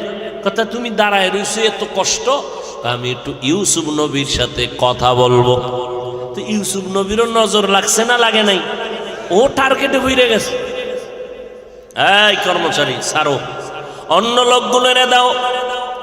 যুবক ইউসুফ নবীর কানের গোড়ায় মুখটা লাগাইয়া কি যেন বললেন। হঠাৎ সবাই তাকায় আছে, লাইনের মানুষগুলো খানা নিয়ে দৌড়ায়। এই ছেলেটাকে যে ইউসুফের দ্বারা ডাকাইয়া দেখা আবার কথা বলার সুযোগ পেয়ে গেল। হঠাৎ সবাই নজর করে দেখি ওই যুবকের কথা কানের মধ্যে কি বলছে জানা নাই। ইউসুফের চোখ বেয়ে বেয়ে পানিগুলো পড়া শুরু হয়ে গেল। ডাক দিয়া কয়, কর্মচারীরা আমার এই ভাইজানের কম দিবি না, যা চায় মজার মতো দিয়ে দাও, ব্যাগ দিয়া প্যাকেট করে দাও, যত চায় তত দাও, যত চায় তত দেও, মেহমানদারিতে যেন কোনো দুর্বলতা না আসে। আমার আল্লাহ জানায় দিলেন ইউসুফ। মানুষের অন্তরে একটা সন্দেহ হয়ে গেল, লাইনে দাঁড়াইয়া কষ্ট করে খানা নেয় মাপ দিয়া, আর তুমি এই লোকটারে এত পরিমাণ দিলা কেন? ভেতরের রহস্যটা বলে দাও। ইউসুফ ডাক দিয়ে কয়, ভাই এই যুবকের আমি এত দিলাম কেন জানো? আমি তো সেই এতিম, আমি সেই অসহায় ইউসুফ। আজকে 40 বছরের উপরে হইল বাবার চেহারা দেখতে পারি। দুনিয়াতে আসার পর যেই বছর আমি দুনিয়াতে আসছি, তার পরের বছর আমার ছোট ভাই বিনিয়ামিন জমিনের মধ্যে আসছে। আমার আম্মা জান একই বছরের আগামাথায় 2 বাচ্চা দেওয়াতে আমার আম্মা জান দুনিয়া থেকে বিদায় হয়ে গেল। মা বলিয়া ডাক দেওয়ার কেউ নাই। আব্বাজান আমারে বড় আদর করতেন, রাতের বেলা পাশে নিয়ে ঘুমাইতেন। মাঝে মাঝে খালা আমারে আদর করছেন, কিন্তু আমার 10 ভাইয়ের ভিতরে হিংসার জন্ম হলো, সহ্য করতে পারল না। আমার ভাইয়ার আমার বাবাকে উল্টা পাল্টা বুঝাইয়া খেলার বাহানা কইরা আমারে নিয়ে গেল। আমার বাবায় দরজা দিয়া তাকাইয়া আছে, আমার ইউসুফেরে তোরা কই নিয়ে যাও। আমারে বাইরাই না, আমার বাবার নজরের যখন আড়াল হয়ে জঙ্গলে ঢুকলো, এইবার আমারে ভাইরা মারধর শুরু করলো। এক ভাই মারার পরে আর এক ভাই কয় তুই মার, এইভাবে মারতেছে আর বলে এখন তোরে কোন বাবায় ফিরাবে। আমি কান্না করে বলছি ভাই আমার কি দোষ বলো, আমি তো তোমাদের বিরুদ্ধে কিছু বলি না। এইভাবে মারতে মারতে আমার বড় ভাই ইহুদা ও বলে আর মারিস না, সহ্য করতে পারি না। কারণ বড় ভাই ছোট ভাইয়ের প্রতি কলিজা ভাঙ্গা মোহাব্বত, এইটা যদি ছোট ভাইরা বুঝতো কোনোদিন বড় ভাইয়ের সাথে বেয়াদবি করতো না।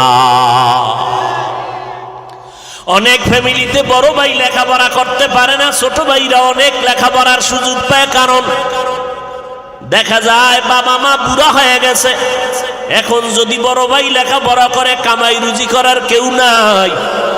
বড় ভাই কয় না বাবা তুমি কষ্ট করিও না, আমি কামাই রুজি করি, লেখাপড়া বেশি করা লাগবে না, আমার ছোট ভাইরে ভরাই। এইবার বড় ভাই কামাই কইরা বাবারেও খাওয়ায়, মায়েরে খাওয়ায়, ছোট ভাইয়ের লেখাপড়ার খরচ দেয়। কিন্তু নিমুখারাম ছোট ভাই লেখাপড়া কইরা চাকরি নিয়া টাকা পয়সা নিয়ে কত ঈদের আনন্দে বাড়ি যায়, মার্কেট করে, বড় ভাইয়ের খোঁজ নেয় না। ইউসুফ নবী বলতেছেন আমারে কুয়ার মধ্যে যখন ফেলে দিল, আমার শরীরের পোশাক খুলতেছে, রশি লাগাইতেছে, তখন আমার কেউ নাই, অন্ধকার কূপের ভিতরে, জঙ্গলের ভেতর। যেই কূপের পানি বড় নাপাক, সাপ বিচ্ছুর গর্ত। আমার ভাইয়ের আমার জামা কাপড় খুলিয়া এরপরে যখন রশিতে বেঁধে কূপের মধ্যে ফালায়, কি নিচে যাওয়ার পরে উপর দিয়ে রশিটা কেটে ফেললো। ওদিকে আমার আল্লাহ ডাক দিয়ে কয় জিবরাইল জলদি করে যাও, জান্নাতি পোশাক আমার ইউসুফের পরায় দাও, আর ওই কূপের নাপাক পানি যেন ইউসুফের গায়ে না লাগে, একটা জান্নাতি পাথর তার পায়ের নিচে ধরে দাও। ইউসুফ নবী বলে আমি নিচে গিয়ে একটা পাথরের উপরে দাঁড়াইলাম, জান্নাতি পোশাক গায়ে পরলাম। ওখান থেকে আমার ভাইরা চলে গেল, কিন্তু কেউ আমার খবর নেয় না। অন্ধকার কূপ, কিন্তু আল্লাহর কুদরত, আমি ইউসুফের আমার মাওলা এত সৌন্দর্য দান করছে। অন্ধকার দিয়ে চলতে কোনো বাতি লাগে না, ইউসুফের চেহারায় আলোকিত হয়ে যায়। অন্ধকার খুব আলো হয়ে গেল আমার চেহারায়, কিন্তু আমারে ফালাইয়া বাইরা চলে গেল, খবর নাই। এখন আমি কেমনি উঠবো? ওখানে বসে আছি, চোখের পানি সারি, আমার বাবায় না জানি বেহুশ হয়ে গেল। কিন্তু আমার বড় ভাই মাঝে মাঝে আইসে একটু তাকায় তাকায় খবর নেয় আর কথা বলে, আমার জন্য রশি দিয়া নাস্তা দেয় আর বলে ভাই কাঁদিস না, আমি গোপনে আসছি, ওরা যদি জানে আমারে মেরে ফেলবে। কারণ আমি বড় ভাই, সহ্য করতে পারি না ছোট ভাইয়ের কষ্ট।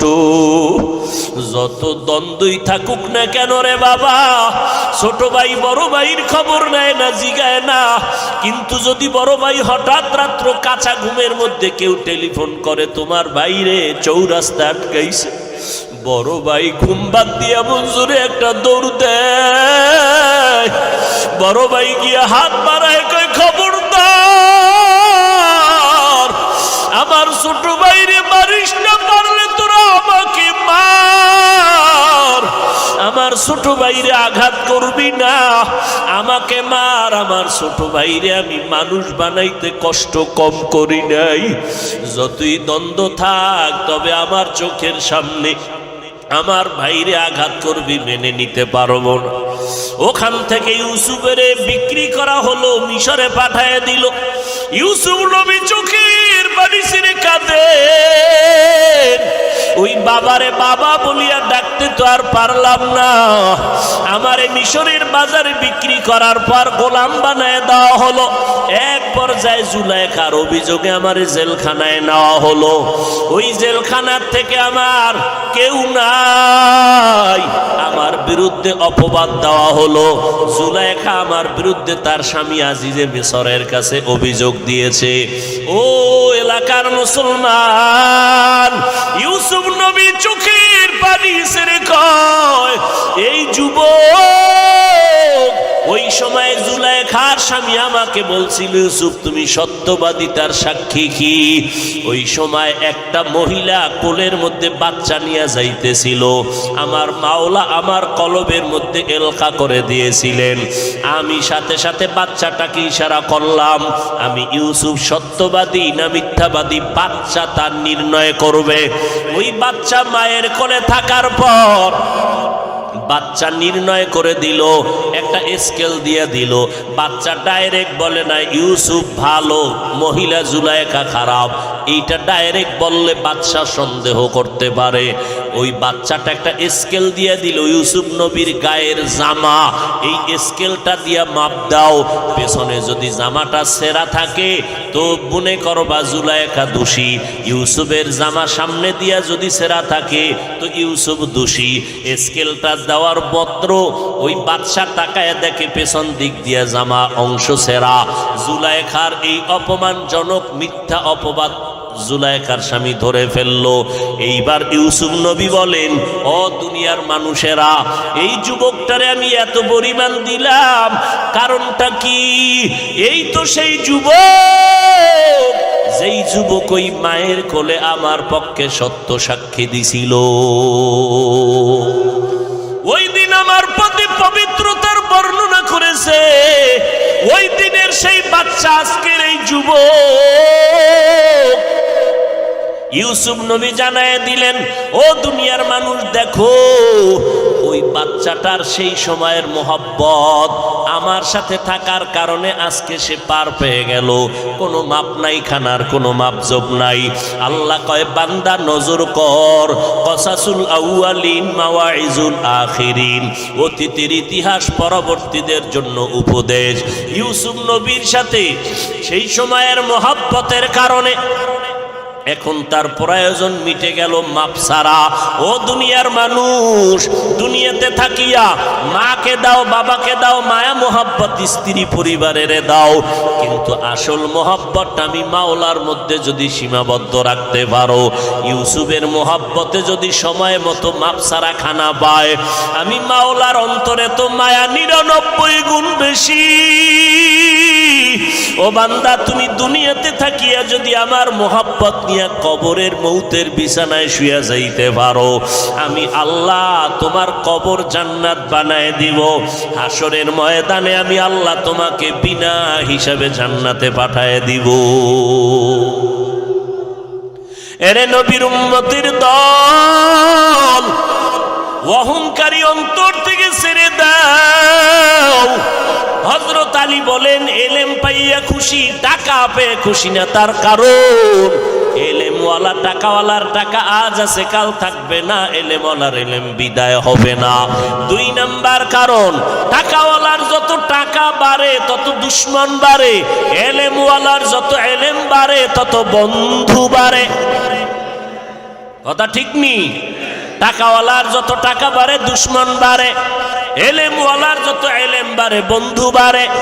ঠিক 3 নাম্বার কারণ, টাকাওয়ালার যত বয়স বাড়ে তত সকলের ঘৃণা বেড়ে যায়, আর এলেমওয়ালার যত বয়স বাড়ে সবার মোহাব্বত বাড়ে। টাকাওয়ালা বুড়া হয়ে গেছে, স্ত্রী কয় মরে না কেন, সন্তানেরা কয় মরে যাওয়া ভালো। আর এলেমওয়ালা যত বুড়া হয়ে যাক, বড় বড় আলেমরা লাইনে দাঁড়ায়, হুজুরের একটু জুতা যদি হাতে নিতে পারতাম বরকত হতো। এটা এলেমের বরকত। এই মজলিসটাও তো সে এলেমের মজলিস, এই জন্য এত দাম।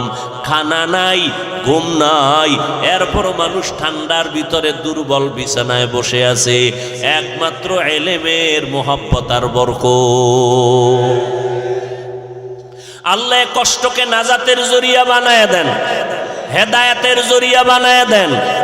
এরে যুবক, আল্লাহ তাআলা বলেন আলিফ লাম মিম যালিকাল কিতাবু লা রাইবা ফি, এটা এমন একটা কিতাব যার মধ্যে কোনো ভুল আছে? কোনো ভুল? ওই আলেম কেন বলল কোরআনে জাল আছে? এ তো করোনার আগের না, ইদানিং বলছে, এই কয়েক মাস আগে মাত্র বলে কোরআনে ভেজাল। বলে কেমন? হাদিসের থেকেও বেশি। আরো জোরে বলেন। কই দেশের মানুষ তো ঘুমাইতেছে, খবরও নাই। আল্লাহ সারাইছে, দেওবন্দিওয়ালারা যদি এর কিছু কইতো দুইয়া লাইতো ওই জাতিরা। আল্লাহ হেদায়াত দান করুন। হায় হায়, কালেমা কুফরি কোন দেওবন্দিওয়ালারা বলে নাই। নবীরা ভুল করেছিলেন, আল্লাহ ভুল করাইছিলেন, কোন দেওবন্দিরা বলে নাই। কোরআনে জাল আছে, কোন দেওবন্দিরা বলে নাই। বেশি নফল ইবাদত লাগে না, কোন দেওবন্দিরা বলে নাই। এরপরও সব দোষ হলো দেওবন্দীদের। মাদ্রাসা বন্ধ করার জন্য পায় তারা চলছে। আল্লাহর কসম, যে বাতি আমার আল্লাহ জ্বালাইছেন এটা নিভাইতে পারবে না, বরং যারা নিভাইতে যাবে তারা নিজেরাই নিভে যাবে। এর প্রমাণ আছে না নাই? নাম ঠিকানা শুদ্ধ প্রমাণ আছে। আল্লাহ হেদায়াত দান করুন। আল্লাহ বলেন হুদাল্লিল মুত্তাকিন, কোরআন হলো হেদায়াত। যারা আল্লাহকে ভয় করে মুত্তাকিনদের জন্য কোরআন হেদায়াত। আল্লাহ কোরআনের আর এক জায়গায় বলেন হুদাল্লিন নাস, গোটা জগতের মানুষের জন্য কোরআন হেদায়াত। ও যুবক, আমার মাওলার কোরআনটা আজকে দুঃখ, ঘরে কোরআন আছে কিন্তু জানো না কোরআন কি জিনিস, খুলিয়া দেখলাও না। আমার মাওলার কোরআনটা সিনায় লাগাও, সিনা ঠান্ডা হয়ে যাবে। আমার মাওলার কোরআন তাকায় দেখো, চোখ ঠান্ডা হয়ে যাবে। আমার মাওলার কোরআন পড়ো, জেহেন ক্লিয়ার হয়ে যাবে। ওই কোরআনের সাথে সম্পর্ক লাগাও, কোরআন ওয়ালাদের সাথে সম্পর্ক তৈরি করে নাও। এরে নবীর আশেকের দল, ওই কোরআনের তালিম চলছে কোথায়? আজ মাদ্রাসাগুলোর ভেতরে। ওই কোরআন ওয়ালাদের সাথে সম্পর্ক লাগায় দাও। কারণ আল্লাহর নবী বলেন কিয়ামতের দিন এক বান্দার ব্যাপারে আল্লাহর ফয়সালা, এরে জাহান্নামের হ্যান্ডকাপ লাগাইয়া এরে জাহান্নামে নিয়ে যাও। যখন যাবে ফেরেশতারা টানতে টানতে নিয়ে যাবে। আল্লাহর বান্দা বারবার পেছনে তাকাবে। আল্লাহ বলবে ফেরেশতা দাঁড়াও, এই লোকটা বারবার পেছনে তাকায় কেন? ফেরেশতারা বলে জানি না। দাঁড়াও। কেন তাকায় জানো? আমি মাওলার রহমতের দিকে আশায় আশায় তাকায়। আল্লাহ একটু রহম করেন না? তা কেমনে করি? আমল নামাটা একটু তদন্ত করো তো, দেখো তো জীবনে কোরআন শরীফ পড়ছেনি? ফেরেশতারা তদন্ত করে দেখবে জীবনে কোরআন পড়ে নাই। আল্লাহ কোন তদন্তে জিরো। আল্লাহ বলবে খুঁজো, কোন কোরআন ওয়ালার সাথে সম্পর্ক আসেনি। খুঁজতে খুঁজতে দেখবে নাই। এবার আমার আল্লাহ শেষ বলবে দেখ, এই বান্দার এমন কোন বন্ধু আসেনি যার সাথে কোরআনওয়ালার সম্পর্ক। হঠাৎ খুঁজে দেখবে হ্যাঁ, এই বান্দার একটা বন্ধু আছে কোরআনওয়ালার সাথে সম্পর্ক। আল্লাহ বলবে এর বরকতে আমি জান্নাত দিয়া দিলাম। এরে আল্লাহর বান্দারা, হিন্দুদের ধর্ম আলাদা, আদর্শ আলাদা। বৌদ্ধদের ধর্ম আলাদা, আদর্শ আলাদা। খ্রিস্টানদের ধর্ম আলাদা, আদর্শ আলাদা। আমাদের ধর্ম কি আলাদা না এক? আমাদের তোমার ধর্ম ইসলাম, তোমার আমার ধর্ম এক। আল্লাহ এক, কাবা এক, কোরআন এক, হাদিস এক। তোমার আমার আদর্শ তো এক হবে। তোমার পোশাক কেন আলাদা, আমার পোশাক কেন আলাদা? যুবকেরা বলো বাবা, যদি বলো তোমার পোশাকটাই সঠিক, দলিল দাও, আমরাও তোমার মতো পোশাক পরি। আর যদি বলো না হাফিজ ভাই, আপনাদের পোশাকটাই আসল পোশাক, মদিনার পোশাক, তাহলে পা দুটা আগায় দেও, আমি তোমার পায়ে হাত রেখে বলবো এখনো সময় আছে, তওবা করে মদিনার পোশাকটা শরীরে লাগাও। মরার পরে কাফন পুরাটা ভরলে লাভ হইবে কি বোরকা? মরার আগে মদিনার পোশাক লাগাইয়া দাও, আজরাইল আইসা যেন দেখে তোমার শরীরে মদিনার পোশাক। ওরে আল্লাহর বান্দা, হুজুরদের কথা আজকে তুমি যতই অবিশ্বাস করো, আমার মাওলার কোরআনটা কি অবিশ্বাস করবা? ওই কোরআন সত্য। গুনাহগারেরা জাহান্নামে যাবে, নেক আমলওয়ালারা জান্নাতে যাবে। ইন্নাল আবরারা লাফি নাঈম ওয়া ইন্নাল ফুজ্জারা লাফি জাহিম। নেক আমলওয়ালারা জান্নাতের প্রতি, গুনাহ যারা করবে তারা জাহান্নামের প্রতি। আল্লাহ কোরআন দিবেন হেদায়েতের জন্য। কোন হেদায়েত? এগুলো নিয়ে বিস্তারিত কথা বলার সুযোগ আর হলো না রে বাবা। আল্লাহর কাছে তওবা করো। সব বয়ান সারা রাত করি, সব বয়ানের মাকসাদ হলো হেদায়েত। আজকে সারা রাত বয়ান শুনবো, ফজরের নামাজ পড়বা না, কোনো লাভ হবে না। আর অল্প বয়ান হবে, মানুষ বাসায় গিয়া নামাজ পড়বে, বয়ানটা সফলতার দরজায় চলে যাবে। এই জন্য আগের আল্লাহওয়ালারা বয়ান করতে চাইতেন না, দইরা বসায় দিলে 20 মিনিটের বেশি কথা বলতেন না। আর এমন বয়ান দিতেন 20 মিনিটে নিজেও কানতেন, উম্মতেরাও কান্না করিয়া তওবা করে ঘরে যাইতে। আর এখন বয়ানে কান্না নাই, কান্নার বয়ানেই নাই, বরং কালা চশমার হুজুরে কান্নার বিরুদ্ধে বয়ান করে। আছে না নাই? কত বড় দুঃখ যে একজন আলেম হইয়া কান্নার বিরুদ্ধে জাতির সামনে বয়ান করে। এর থেকে কপাল খারাপ আর কিছুই হতে পারে না। অথচ আমার নবী কান্না করলেন, আবু বকর কাঁদলেন, ওমর কাঁদলেন। জান্নাতের টিকিট হাতের মধ্যে পাইছেন। এরপরও হযরতে ওমরে ফারুক রাদিয়াল্লাহু তাআলা আনহু জীবনভর কান্না করলেন। ঈদের দিন সবাই ঈদের নামাজ পড়ে আনন্দ করে বাড়ি বাড়ি যায়, ওমর দরজা লাগায় কান্না করে। আবু হুরায়রা রাদিয়াল্লাহু আনহু বলেন, ভাই ওমর খলিফাতুল মুসলিমিন, আপনি ঈদের দিন আনন্দ বাদ দিয়ে কেন কান্না করেন? ওমরে ফারুক বলে, ভাই আবু হুরায়রা, কান্না কেন করি? আনন্দ তো ওই ব্যক্তি করবে যার কোনো চিন্তা পেরেশানি নাই। আবু হুরায়রা রাদিয়াল্লাহু আনহু বলেন, আপনার কিসের পেরেশানি? কয়, একটা মাস রোজা গেল, কবুল হলো কিনা চিন্তা, তারাবি পড়লাম কবুল হলো কিনা চিন্তা, তেলাওয়াত করলাম কবুল হলো কিনা পেরেশানি, জাহান্নাম থেকে নাজাত পেলাম কিনা চিন্তা। আবু হুরায়রা বলেন, খলিফাতুল মুসলিমিন, আল্লাহ তো আপনাদের 10 জনকে জান্নাতের টিকিট দান করেছেন, আবার এত চিন্তা কেন? ওমর ফারুক কান্না করে বলে, ভাই, যেই আল্লাহ জান্নাতের টিকিট দান করেছেন, ওই আল্লাহ যদি আমার কোনো কাজে বেজার হয়, ওই টিকিট আবার ক্যান্সেল হয়ে যেতে পারে। হযরত ওমর কান্না করেন আর বলেন, আমার আল্লাহ যদি ঘোষণা দিয়ে দেয় কিয়ামতের ময়দানে সব মানুষগুলো জাহান্নামে যাবে, একটা মানুষ জান্নাতে যাবে, আমি ওমর আশা করতেছি সেই জান্নাতি মানুষ আমি ওমর হতে পারি। পক্ষান্তরে আমার আল্লাহ যদি রাগ করে ঘোষণা দিয়ে দেয় সব মানুষগুলো জান্নাতে যাবে, আজকে একজন মানুষ জাহান্নামে যাবে, আমি ওমর বড় ভয় পাই সেই জাহান্নামী আসামি আমি হয়ে যাই নাকি। কি পরিমাণ আমার আল্লাহর আযাবের ভয়! জান্নাতের টিকিট পাইয়াও যদি তারা এত কাঁদেন, আপনার আমার কি পরিমাণ কান্না দরকার। যেইভাবে নামাজ পড়া দরকার পারলাম না, যেইভাবে জিকির করা দরকার পারলাম না, যেইভাবে নামাজ পড়লে আল্লাহ খুশি হবে ওইভাবে তো নামাজ হলো না জীবনে, যেইভাবে তেলাওয়াত করলে আমার আল্লাহ খুশি ওইভাবে তেলাওয়াত করতে পারলাম না। আল্লাহ ইলম দান করেছেন, ইলমের হক যেইভাবে আদায় করা দরকার পারলাম না। সন্তানের হক আদায় আমি ব্যর্থ, স্ত্রীর হক আদায় আমি ব্যর্থ, ভাইয়ের হক আদায় ব্যর্থ, আজকে ইবাদতের হক আদায় আমি ব্যর্থ।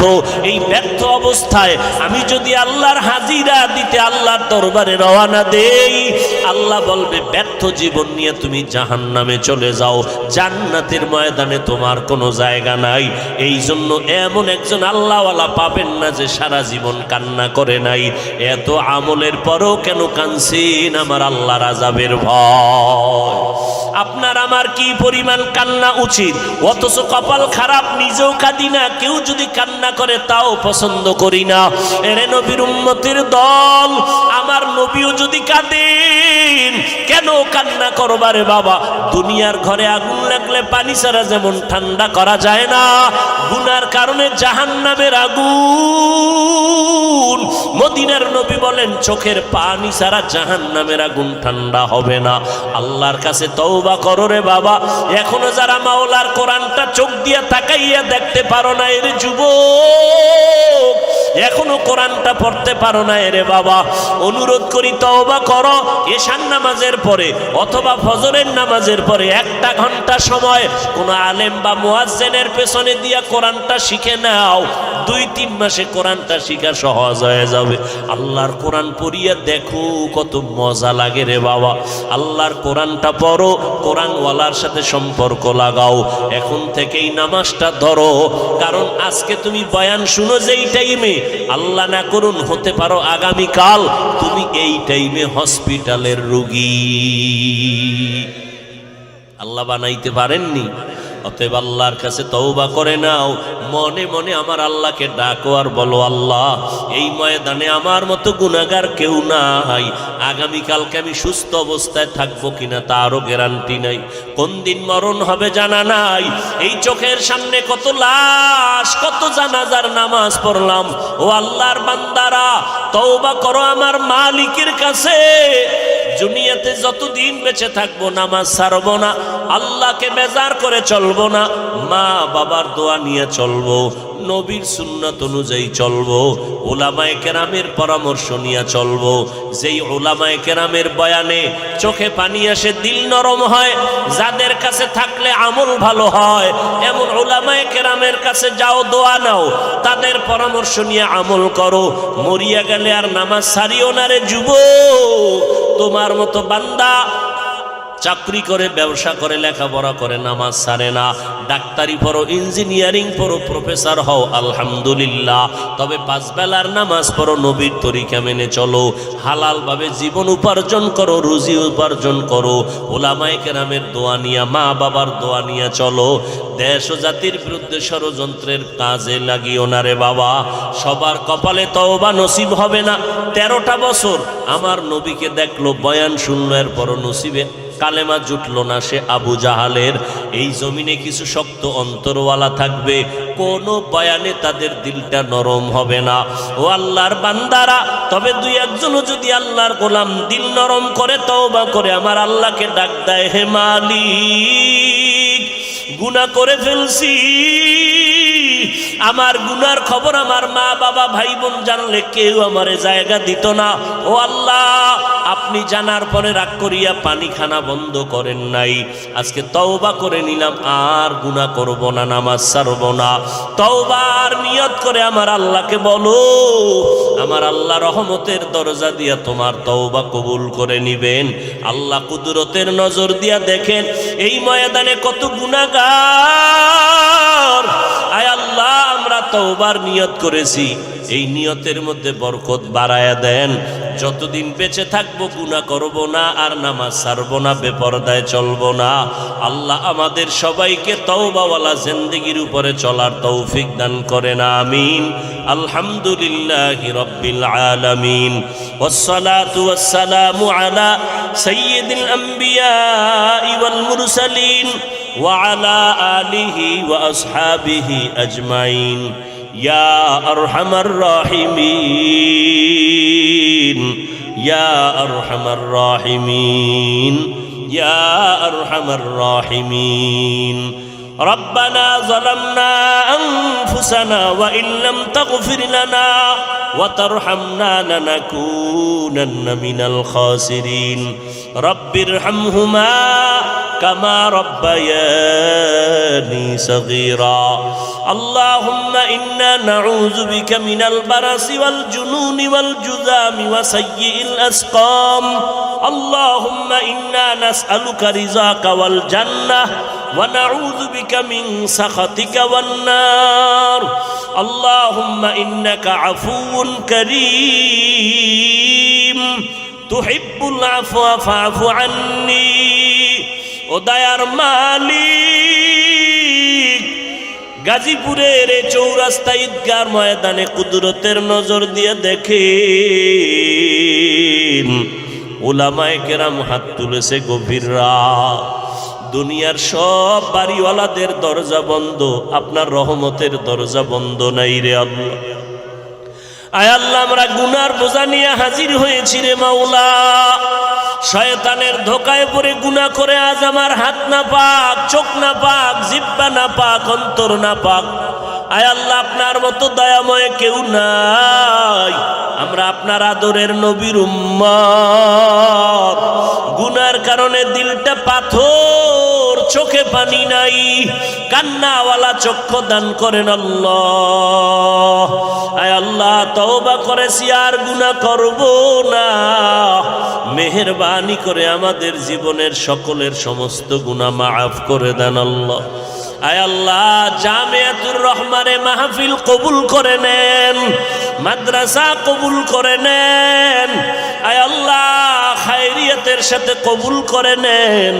আয়োজনকারী সহযোগিতাকারীদের কবুল করে নেন। আসাতেজায়ে কেরাম, তালিবুল ইলমরা কত রাত দিন না খেয়ে কষ্ট করেছেন এই মাহফিলের অ্যারেঞ্জ করতে। ও আল্লাহ, কত বুক ভরা আশা নিয়ে এই মাহফিলের আয়োজন করেছিলেন। আয় আল্লাহ, আপনার কুদরতে যা ছিল তাই হয়েছে।